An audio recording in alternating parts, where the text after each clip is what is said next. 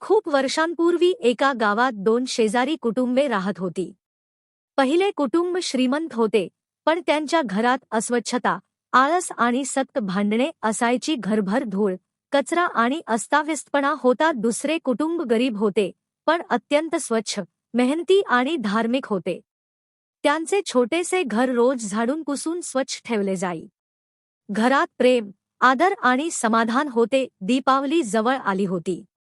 संपूर्ण गाव सणाच्या तयारीत व्यस्त होते. गरीब कुटुंबाने आपले छोटेसे घर स्वच्छ केले.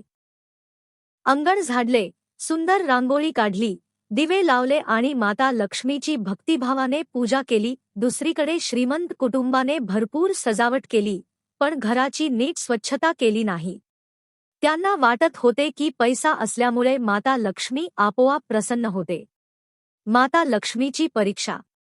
दीपावलीच्या रात्री माता लक्ष्मी वृद्ध स्त्रीचे रूप धारण करून गावात आली. त्या प्रथम श्रीमंत कुटुंबाच्या घरी गेल्या. घरात अस्वच्छता, अहंकार आणि भांडणे पाहून त्या निराश झाल्या. त्यानंतर त्या गरीब कुटुंबाच्या घरी गेल्या.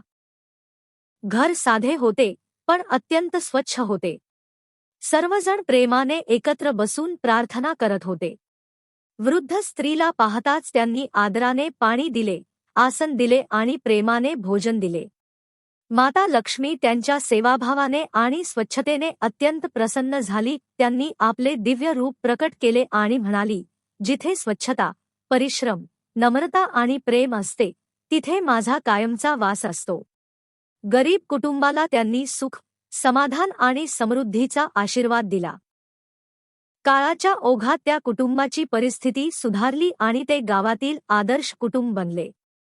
श्रीमंत कुटुंबाला मिळालेली शिकवण. ही घटना पाहून श्रीमंत कुटुंबाला आपली चूक समजली. त्यांनी घर स्वच्छ ठेवण्यास सुरुवात केली, भांडणे सोडली, गरजूंना मदत केली आणि नम्रतेने जीवन जगू लागले. हळूहळू त्यांच्या जीवनातही शांती आणि आनंद परत आला. कथेची शिकवण. स्वच्छता ही देवत्वाकडे जाणारी पहिली पायरी आहे. माता लक्ष्मी केवळ धनात नाही, तर स्वच्छता, शिस्त आणि सदाचारात वास करतात.